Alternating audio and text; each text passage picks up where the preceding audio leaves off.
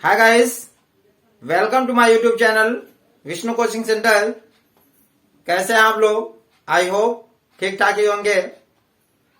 मैं आपको ग्रामर की शुरुआत कर चुका हूं एकदम बेसिक स्तर से।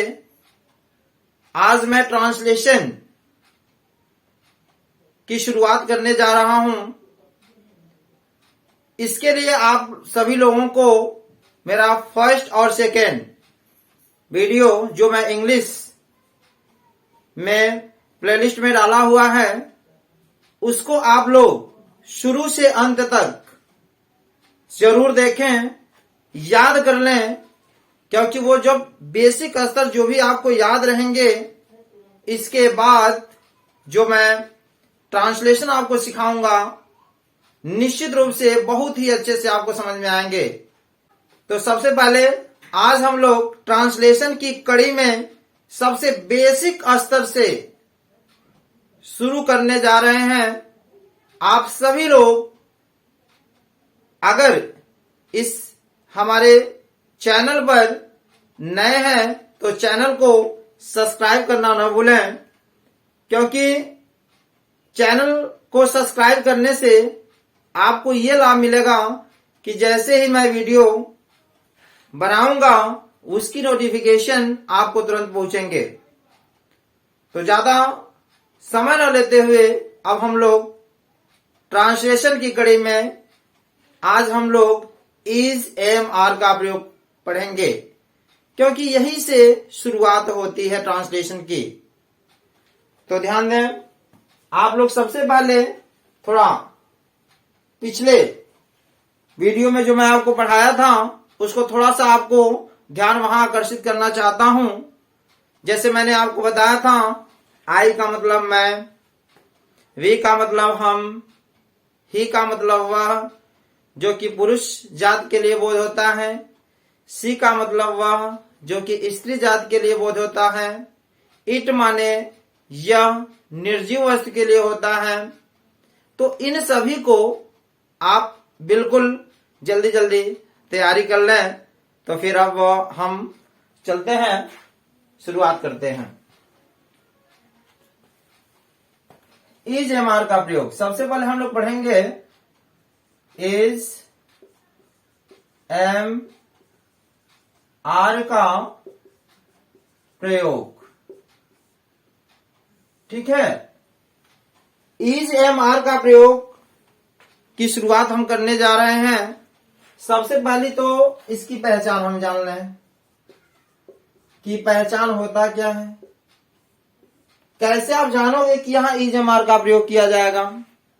तो ध्यान दें, जब कभी भी हिंदी वाक्य के अंत में है, हूं, है, हो अथवा होता है, होती है, होते हैं, अगर यह हिंदी वाक्य के अंत में आ जाते हैं तो समझ जाइएगा कि वहां इज एम आर का प्रयोग किया जाएगा। तो फिलहाल मैं यहां लिखवा देता हूं और मेरे साथ साथ आप लोग भी लिखना प्रारंभ कर दें। इसके हिंदी वाक्य के अंत में है, हूं, है, हो अथवा होता है, होती है, होते हैं आदि शब्द आते हैं। समझ में आओ? तो इसकी पहचान यही है कि इसके हिंदी वाक्य के अंत में है, हूं, है, हो अथवा होता है, होती है, होते हैं आदि शब्द आते हैं। अगर ये आप देख लेते हैं तो समझ जाइएगा कि यहां इज एम आर का प्रयोग किया जाएगा। तो इसके लिए यहां ध्यान दे, फिर नियम, कुछ नियम जानना होगा। नियम नंबर 1, देखिए ही सी इट और एक वचनकर्ता के साथ, ही सी इट और एक वचनकर्ता के साथ क्या लगेगा, इसका प्रयोग किया जाएगा। आई के साथ एम का प्रयोग होगा और यू वी दे बहुवचनकर्ता के साथ आर का प्रयोग किया जाएगा। तो यहां सबसे पहली बात यहां समझने का प्रयास करें कि एक वचन क्या होता है और बहुवचन क्या होता है।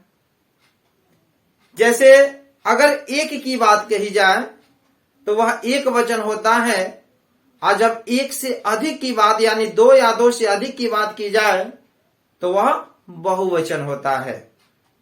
समझ में आया? तो फिलहाल नियम नंबर 1 ध्यान दें, ही सी इट तथा एक वचन कर्ता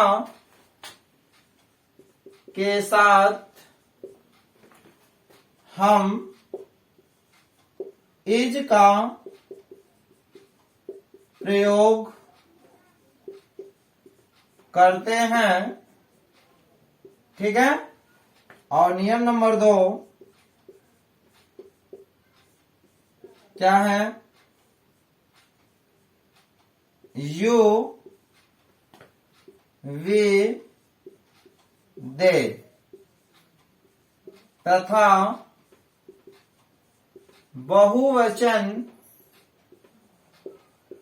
कर्ता के साथ हम आर का प्रयोग करते हैं।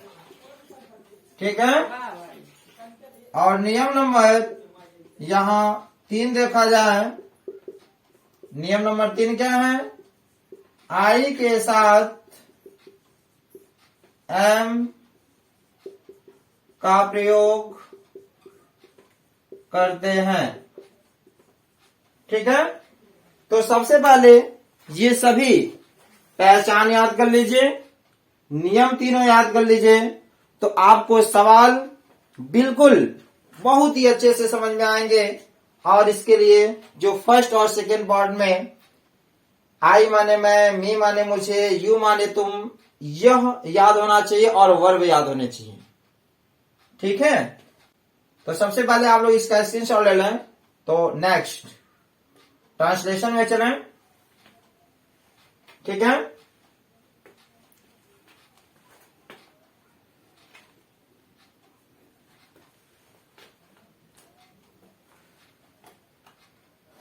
तो प्यारे दोस्तों, आप लोग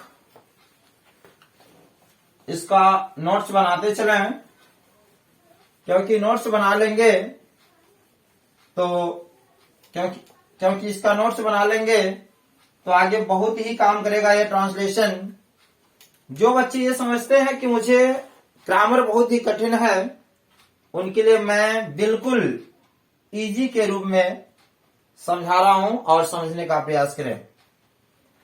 सबसे पहली बात हम लोग पढ़ेंगे affirmative, AFFIRMATIV, affirmative SENTENCES, sentences.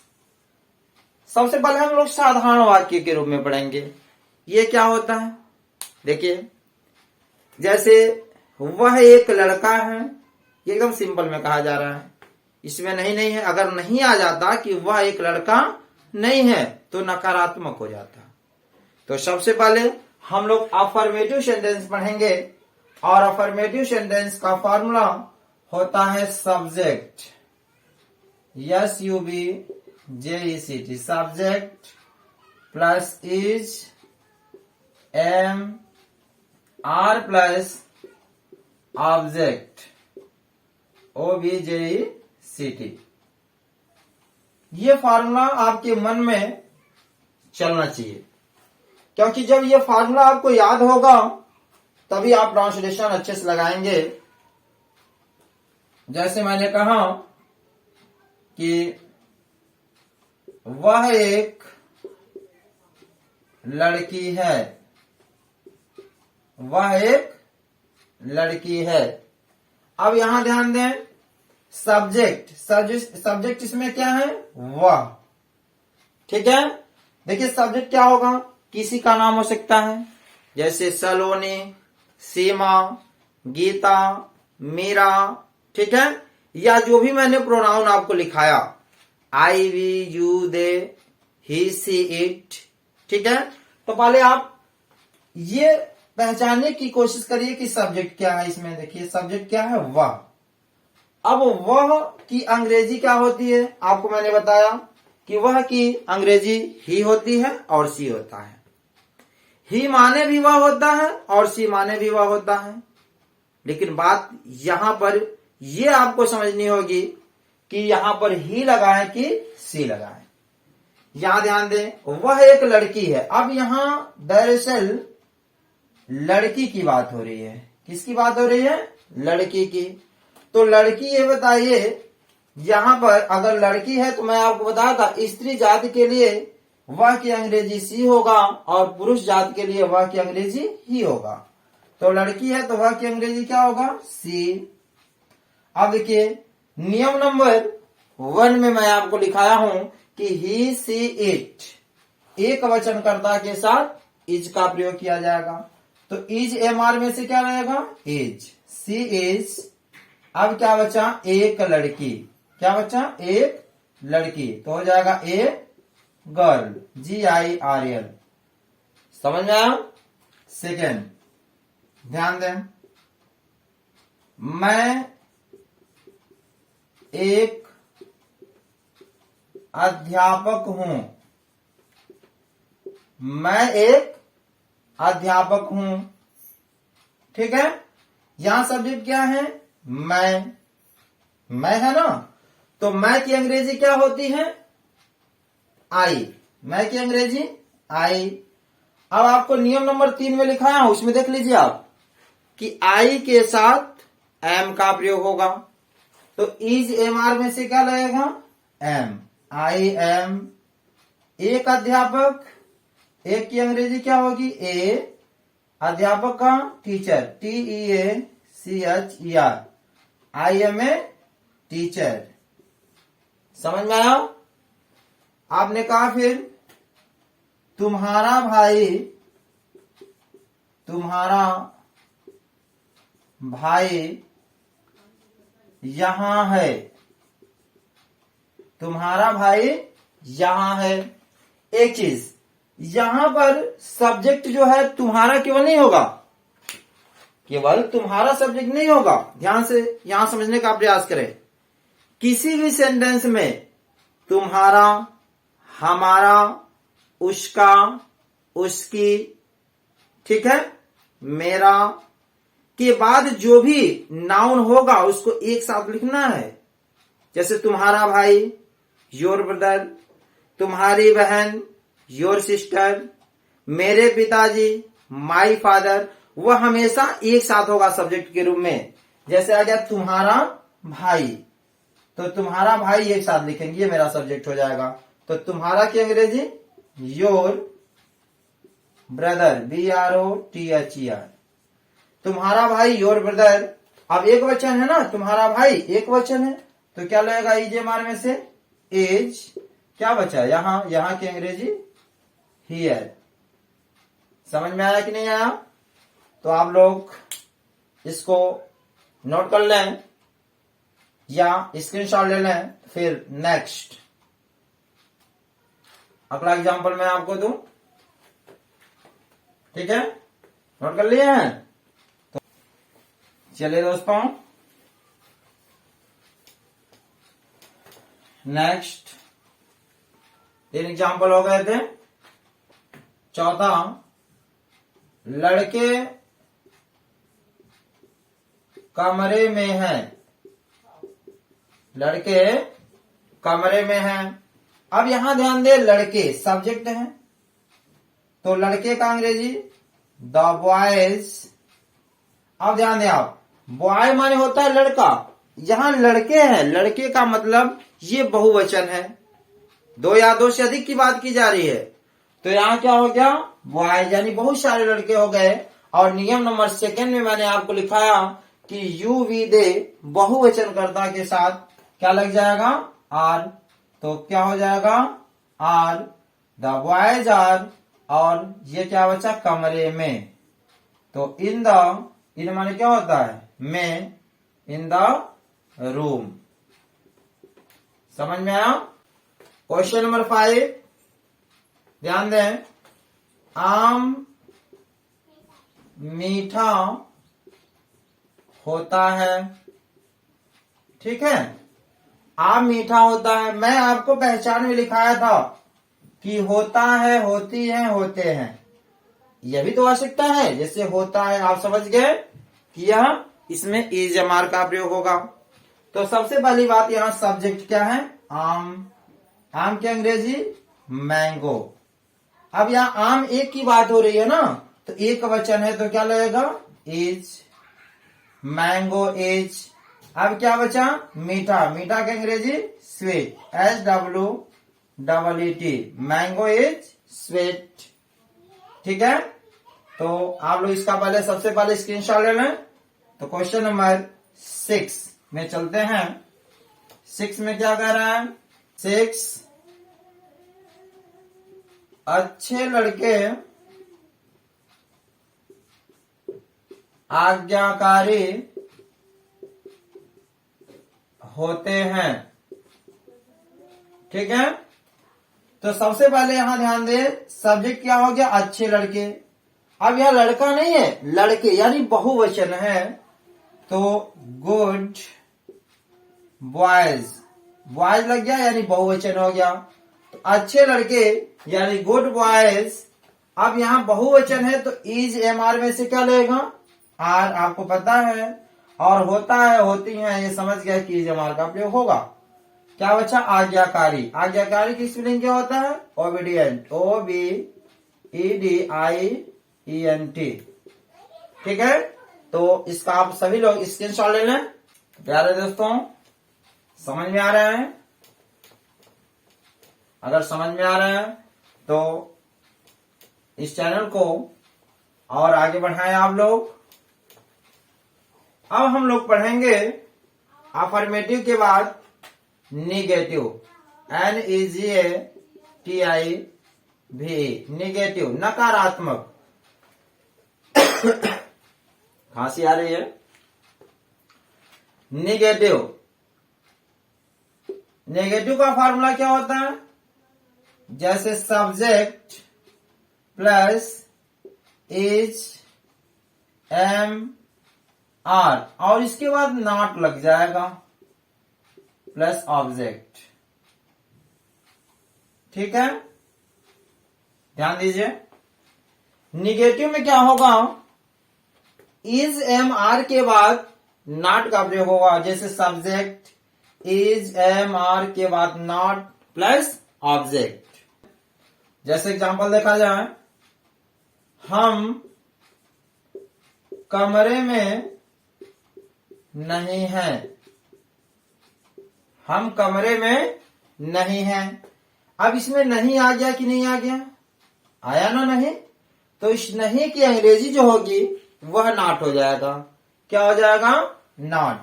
सबसे पहले यहां सब्जेक्ट ढूंढिए। सब्जेक्ट क्या है, हम की अंग्रेजी क्या होगा, वे। और नियम नंबर सेकंड में मैं आपको लिखाया हूं कि यू वी दे बहुवचन कर्ता के साथ आर का प्रयोग होगा। तो वी के साथ क्या लग जाएगा, आर।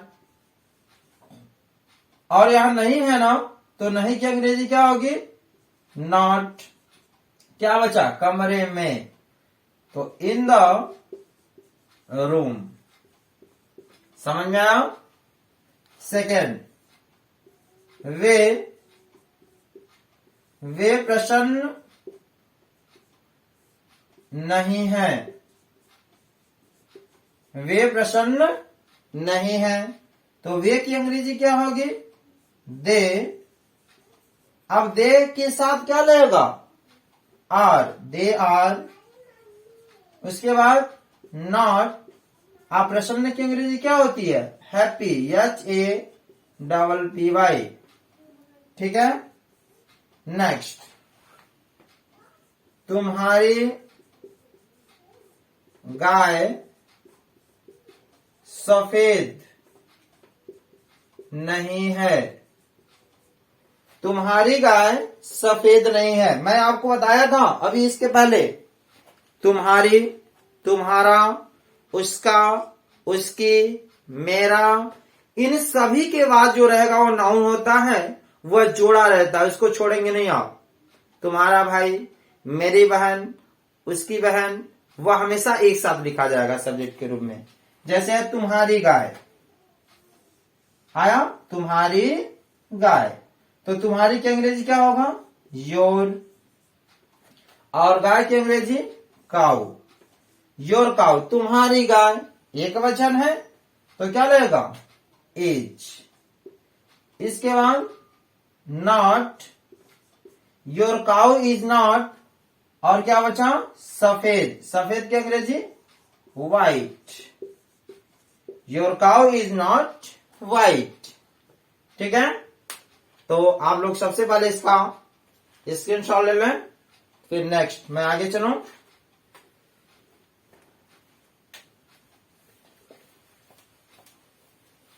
प्यारे दोस्तों, आई होप ये आपको ट्रांसलेशन अच्छे से समझ में आ रहे हैं, और मैं उम्मीद करता हूं कि और भी अच्छे से समझ में आएंगे आपको। अब इसके बाद हम लोग पढ़ेंगे इंट्रोगेटिव, INTERROGATIV।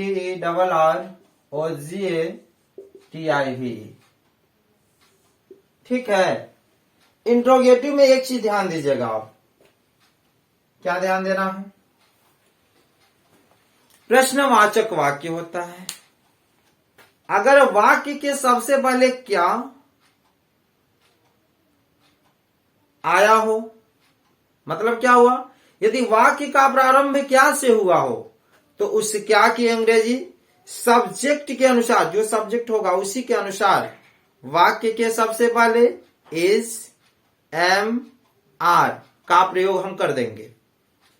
अगर एक वचन होगा तो क्या की अंग्रेजी इज होगी, बहुवचन होगा तो क्या की अंग्रेजी आर होगा। ठीक है, तो फिलहाल इसका हम लोग कुछ नियम जान लेते हैं।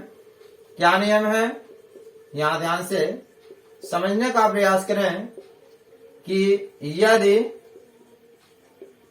वाक्य का प्रारंभ क्या से हुआ हो, तो उस क्या की अंग्रेजी हम वाक्य के सबसे पहले सब्जेक्ट के अनुसार इज, एम, आर लिख देते हैं। ध्यान दीजिए, यदि वाक्य का प्रारंभ क्या से शुरू हुआ हो, यानी यदि वाक्य का प्रारंभ क्या से हुआ हो, यानी सबसे पहले यदि आपको क्या दिखाई दे, तो उस क्या की अंग्रेजी हम वाक्य के सबसे पहले सब्जेक्ट के अनुसार इज, एम, आर लिख देते हैं। मतलब क्या हुआ कि यदि वाक्य का प्रारंभ क्या से शुरू हो, तो उस क्या की अंग्रेजी या तो इज रहेगी, या तो एम, या तो आर। ठीक है, दूसरा नियम देखते हैं। क्या है कि वाक्य के अंत में प्रश्नसूचक चिन्ह, प्रश्नसूचक चिन्ह कैसे होता है? ऐसे। ठीक है, अवश्य लगा देते हैं। ठीक है, यानी वाक्य के अंत में प्रश्न सूचक चिन्ह अवश्य लगा देंगे। कब? जब इंट्रोगेटिव वाला सेंटेंस होगा तब। तो सबसे पहली बात आप लोग इसका स्क्रीनशॉट ले लें, तो फिर मैं आगे एग्जाम्पल के तौर पे आपको समझाऊं। तो चलिए इसका फॉर्मूला देखते हैं। सबसे पहले is am are subject plus object. ध्यान दें, इज एम आर की हिंदी क्या होती है? क्या। अगर वाक्य का शुरुआत क्या से रहेगा तो सबसे पहले हम उसकी अंग्रेजी इज एम आर ही लिखेंगे। जैसे क्या मैं एक डॉक्टर हूं? क्या मैं एक डॉक्टर हूं? और लास्ट में प्रश्न सूचक चिन्ह। क्यों? क्योंकि यह वाक्य का प्रारंभ किससे हुआ है? क्या से हुआ है। अब यहां ध्यान दें एक चीज और, क्या के बाद जो भी वर्ड होंगे, क्या के बाद जो भी लिखा रहेगा वह मान हमेशा सब्जेक्ट होगा। जैसे क्या तुम्हारा भाई यहां है तो तुम्हारा भाई सब्जेक्ट हो गया। क्या राधा बागीचे में है तो क्या के बाद क्या आया? राधा, तो राधा हमारी क्या हो गई? सब्जेक्ट हो गई। तो ये ध्यान देना होगा कि क्या के बाद वाले सब्जेक्ट हैं और यहां सब्जेक्ट क्या के बाद क्या लिखा? मैं। और मैं की अंग्रेजी क्या होती है? आई। तो आई के साथ क्या लगता है? एम ही लगता है ना। तो यहां क्या की अंग्रेजी क्या हो जाएगी? एम। समझ में आया कि नहीं आया? और सब्जेक्ट तो मैं है, मैं की अंग्रेजी आई। क्या बचा? एक डॉक्टर, एम आई ए डॉक्टर, DOCTOR। तो समझ में आया कि नहीं आया? सेकेंड, क्या राधा बागीचे में है? क्या राधा बागीचे में है? अब यहां देखो क्या आया कि नहीं आया? तो जाहिर सी बात है, अगर वाक्य का प्रारंभ क्या से हुआ तो सबसे पहले या तो इज, या तो एम, या तो आर। तो यहां पर क्या की अंग्रेजी सब्जेक्ट के अनुसार, इसमें सब्जेक्ट कौन है? राधा जी हैं। तो राधा जी हैं तो राधा एक वचन है ना, लड़की है। तो यहां क्या की अंग्रेजी क्या होगी? चूंकि एक वचन के साथ क्या लगता है? इज का प्रयोग होता है। तो क्या की अंग्रेजी क्या हो जाएगा? इज। फिर सब्जेक्ट क्या है? राधा। और क्या बचा? बागीचे में, इन द गार्डन, GARDEN। समझ में आया कि नहीं आया? तो नेक्स्ट अगले क्वेश्चन की तरफ बढ़ते हैं। कैसे आएंगे? एक ही वीडियो में मैं पूरा इज एम आर का प्रयोग कंप्लीट कर रहा हूं। आप लोग सभी लोग इसका नोट्स अच्छे से बनाएं, बहुत ही काम की चीज है। अगले नियम पे चलते हैं। क्या है नियम? यदि हिंदी वाक्य के बीच में क्या, कब, कहां, क्यों, कैसे आदि शब्द आए तो अंग्रेजी में अनुवाद करते समय इन सभी की अंग्रेजी हम वाक्य के सबसे पहले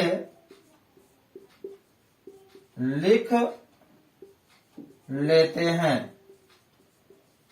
एक चीज ध्यान देना दोस्तों कि यदि वाक्य के बीच में, यदि हिंदी वाक्य के बीच में क्या, कब, कहाँ, क्यों, कैसे आदि शब्द आए तो अंग्रेजी में अनुवाद करते समय इन सभी की अंग्रेजी हम वाक्य के सबसे पहले लिख लेते हैं। कभी भी अगर ये बीच में आ जाए तो उसकी अंग्रेजी हम वाक्य के कहां लिखेंगे? सबसे पहले लिखेंगे। क्यों? देखो भाई, ये हमारे क्या, कब, कहां, क्यों, कैसे, ये सभी हमारे रिश्तेदार हैं। आप सभी लोगों के ये क्या है? रिश्तेदार हैं। यदि हिंदी वाक्य के बीच में क्या, कब, कहां, क्यों, कैसे ये लोग दिखाई दें तो समझ जाइएगा कि ये सभी लोग, 5 लोग आपके रिश्तेदार हैं। तो कहीं भी मिले उनका आप लोग आदर सत्कार करना। आप कहना कि चलिए कुछ नाश्ता कर लेते हैं, तो इनको आप सबसे पहले बुलाएंगे और बुला करके बैठा करके क्या करेंगे? नाश्ता कराएंगे। किसको? क्या, कब, कहां, क्यों, कैसे। ठीक है, तो चलिए आपको इन सेंटेंसों में ढूंढना है कि आपके रिश्तेदार अतिथि कौन लोग हैं। अगर ये दिखें तो उनको सबसे पहले बैठा देना है भाई। तो इसका फॉर्मूला कुछ देखें। QW, इसको क्या कहेंगे? QW, question word. जो क्या, कब, कहां, क्यों, कैसे हैं इनको क्या बोलेंगे? QW, question word. उसके बाद आ जाएगा is, am, are, subject plus object. समझ में आया कि नहीं आया? तो सेंटेंस जरा ध्यान दें। तुम कहां हो? तुम कहां हो? अब यहां ध्यान दें आप। सबसे पहली बात, आप अपने अतिथि को पहचानिए, अपने मेहमान को पहचानिए। इस भीड़ में आपके मेहमान है कि नहीं है? देखो, इस भीड़ में आपके मेहमान कौन है? कहां। कौन है? कहां। तो इस कहां की अंग्रेजी सबसे पहले लिखेंगे। इनको सबसे पहले बैठाइए कि आइए, स्वागत है, पहले आप आइए और यहां नाश्ता ग्रहण करें। क्योंकि क्वेश्चन वर्ड है तो कहां की अंग्रेजी क्या होगी? Where, WHERE। और इन सभी की अंग्रेजी में फर्स्ट पार्ट में लिखवा चुका हूं, वेयर माने कहां। ठीक है, अब कहां लिखने के बाद इज एमआर लिखेंगे। अब इज एमआर किसको देख के लगता है? सब्जेक्ट को देख के लगता है। सब्जेक्ट इसमें क्या है प्यारे दोस्तों? तुम है। तो तुम है तो इज एमआर में से क्या लगेगा? आर। अब बताइए समझ में आया कि नहीं आया? तो वेयर आर। अब सब्जेक्ट, सब्जेक्ट क्या है? तुम। वेयर आर यू, तुम कहां हो।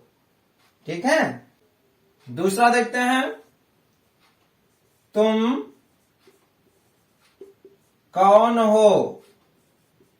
ठीक है, तुम कौन हो।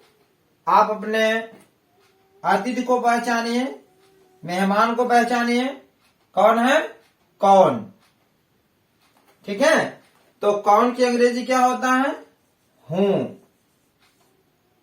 अब इज एम आर में से क्या लेगा? या तुम है सब्जेक्ट, तो तुम है तो इज एम आर में से क्या लेगा? तुम है तो क्या लगता है? यू के साथ क्या लगता है? आर। तो हूं आर, और फिर सब्जेक्ट, सब्जेक्ट क्या है? तुम, यू, हूं आर यू। समझ में आया? कोई दिक्कत? देखिए कौन यहां अतिथि है। जैसे क्या मैंने लिखा है? यदि हिंदी वाक्य के बीच में क्या, कब, कहां, क्यों, कैसे, कौन नहीं लिखा है तो लिख लो, यहां भी कौन भी लिख दो, क्या करना है।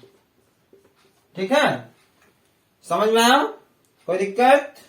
चलिए नेक्स्ट आगे देखें। एक चीज और ध्यान देंगे अब, बहुत इंपॉर्टेंट चीज इसमें, कि कुछ ऐसे क्वेश्चन वर्ड हैं जिनके साथ नाउन आता है। ध्यान दें।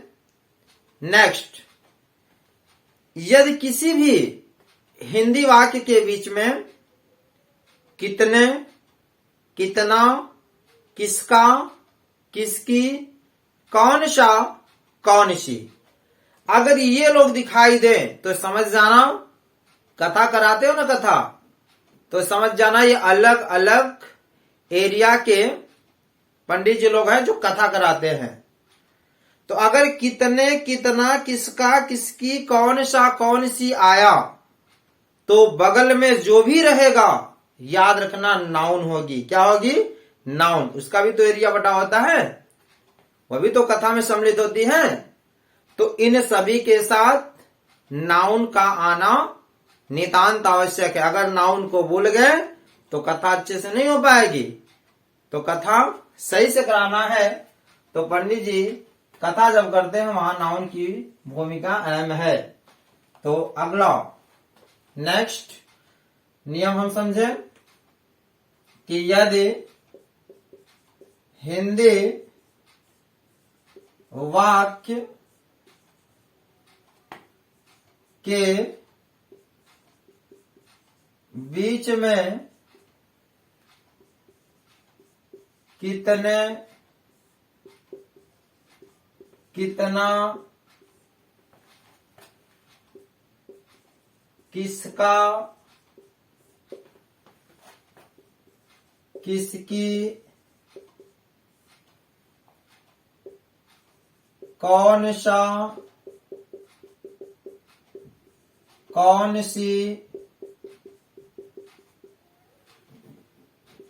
आदि शब्द आए तो उनसे संबंधित नाउन को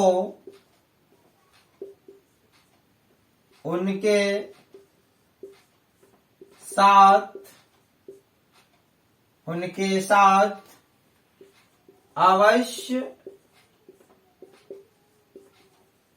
लिख लेते हैं।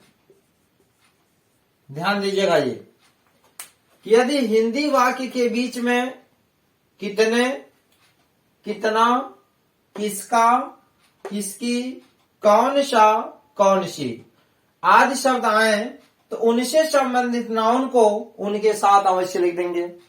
तो ये माइंड में आपके होने चाहिए कि कितना, कितने, किसके, किसका, कौन सा और कौन सी, उसके जस्ट बगल में जो भी रहेगा वो समझ जाना उसकी नाउन होगी और उसको आप छोड़ना नहीं, साथ में लगा लेना तो सवाल सही हो जाएगा।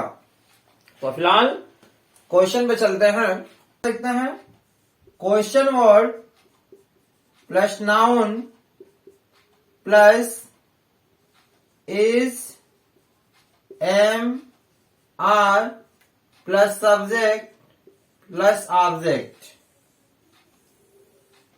जैसे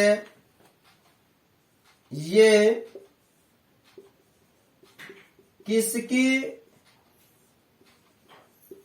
पुस्तकें हैं, ये किसकी पुस्तकें हैं। अब यहां आप अपने जो कथा करने वाले पंडित जी हैं लोग उनको ढूंढो, क्योंकि कथा करानी है ना, तो कथा करानी है तो पंडित जी और नाउन दोनों लोगों का अनिवार्य रूप से सहयोग की जरूरत है वहां पे। तो किसकी हमारे महाराज जी हैं और ये पुस्तकें हमारी नाउन होगी, तो ये दोनों एक साथ लिखेंगे। तो किसकी की अंग्रेजी क्वेश्चन वर्ड किसकी हो गया, हुज, WHOSC। नाउन क्या होगी, पुस्तकें, BOOK, S लग जाएगा क्योंकि बहुत सारे पुस्तकें हैं। अब यहां सब्जेक्ट क्या है, ये, अब ये है, ये यानी दीज माने क्या होता है, ये सब, तो इसके साथ इज लगेगा कि एम की आर, चूंकि ये बहुवचन है तो क्या लग जाएगा, आर। होज बुक्स आर और सब्जेक्ट क्या हो गया, ये की अंग्रेजी क्या होता है, these, THES is, THES is, these, whose books are these. Second question यह कितना दूध है, यह कितना दूध है। अब यहां कथा करने वाले महाराज जी कौन है, कितना। ये नाउन क्या है, दूध। तो कितना दूध एक साथ लिखेंगे हम, तो कितना की अंग्रेजी, हाउ मच।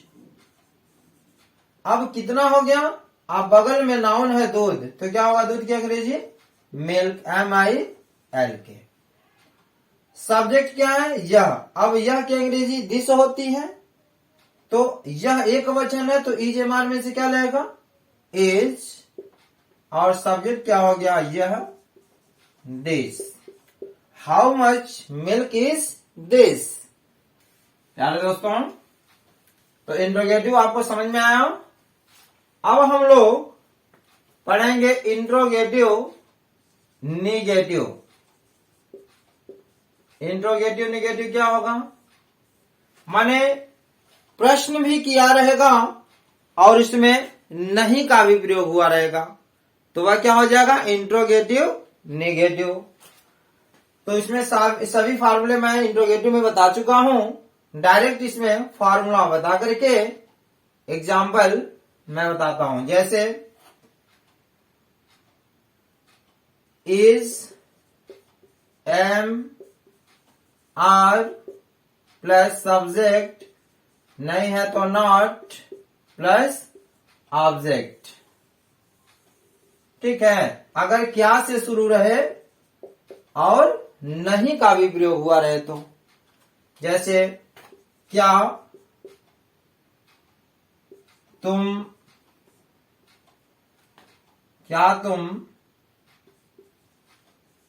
स्कूल में नहीं हो, क्या तुम स्कूल में नहीं हो। देखिए क्या इंट्रोगेटिव हो गया, नहीं निगेटिव हो गया। तो इंट्रोगेटिव निगेटिव का यही फॉर्मूला होगा, सेम जो आपको पहले मैंने बताया, केवल नॉट का प्रयोग इसमें हो जाना है। क्या की अंग्रेजी सब्जेक्ट के अनुसार लगेगा, तुम है तो तुम की अंग्रेजी क्या होती है, यू। तो यू के साथ इज एम आर में से क्या लगता है, आर। तो क्या की अंग्रेजी क्या हो जाएगी, आर। बोलो, आर यू। समझ में आया। उसके बाद क्या लग जाएगा, नॉट।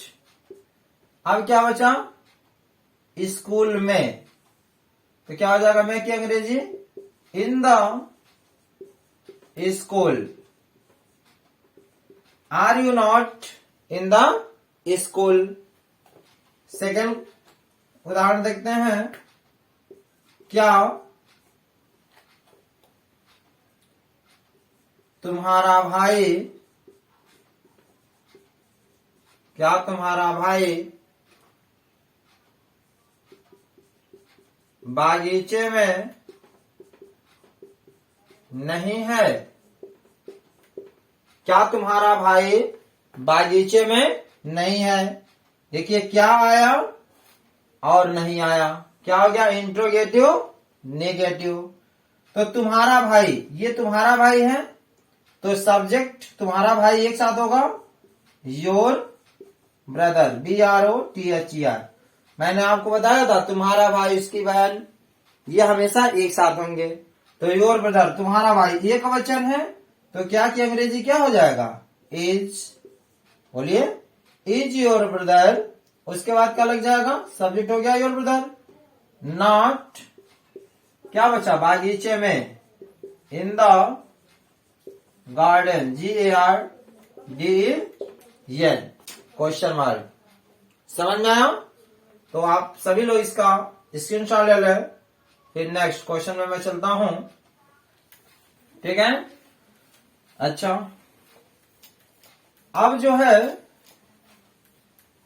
क्वेश्चन वर्ड करके आ जाएंगे रूम में, जैसे QW plus is MR plus subject plus not plus object. ठीक है, QW का मतलब क्वेश्चन वर्ड के रूप में, जैसे क्या, कब, कहां, क्यों, कैसे। वाले वाक्य में अगर नहीं का प्रयोग रहेगा तो हम क्या करेंगे, सब्जेक्ट के बाद नॉट लगा देंगे। वह वफादार क्यों नहीं है, वह वफादार क्यों नहीं है। अब यहां देखिए क्वेश्चन वर्ड क्या आ गया, क्यों। क्यों की अंग्रेजी वाई। अब सब्जेक्ट इसमें क्या है, वह। अब वह एक वचन है ना, तो इज एमआर में से क्या लगेगा, इज, वाई इज। फिर सब्जेक्ट क्या है, वह की अंग्रेजी ही, वाई इज ही। उसके बाद नॉट क्या बचा, वफादार, honest, HONEST। Why is he not honest. ठीक है, तो ऐसे क्वेश्चन वर्ड प्लस नाउन वाले भी आ जाएंगे। तो आई होप आप सभी लोगों को ये ट्रांसलेशन बहुत ही अच्छे समझ में आए होंगे। आप सभी लोग इन सभी क्वेश्चन का नोट्स अच्छे से बना लें, क्योंकि अगले नेक्स्ट पार्ट में मैं वाज और वर का प्रयोग लेकर के आऊंगा। इट का प्रयोग, देयर का प्रयोग, हैज हैव का प्रयोग, बेसिक अगर ट्रांसलेशन आपको आ जाएंगे तो इसके बाद ट्रांसलेशन यानी टेंस में चलेंगे, वो और भी आपको अच्छे से समझ में आएंगे। लेकिन सबसे पहले ये सब जानकारियां आपको होना नितांत आवश्यक है। तो जिन बच्चों को लगे कि मुझे ग्रामर बिल्कुल नहीं आता है, ग्रामर कठिन मानते हैं, कठिन समझते हैं, तो इस मेरे चैनल को आप अवश्य देखें और यही नहीं अन्य लोगों में भी शेयर करें, ताकि अन्य लोग भी इसका अच्छे से लाभ ले सकें। जो बिल्कुल कमजोर हों उनको आप दिखाने का प्रयास करें, बताने का प्रयास करें, वह देखेंगे ये वीडियो, इसको निश्चित रूप से उन लोगों को समझ में आएगा। तो प्यारे दोस्तों, नेक्स्ट अगले वीडियो के लिए नेक्स्ट अगले दिन फिर मुलाकात होगी। तो चलते हैं।